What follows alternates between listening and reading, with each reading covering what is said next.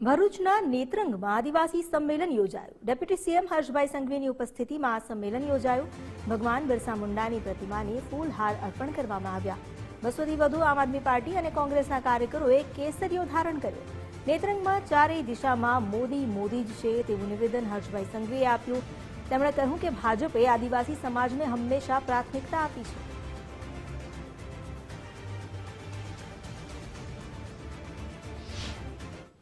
નેત્રંગમાં ચારે દિશામાં ભાજપ ભાજપ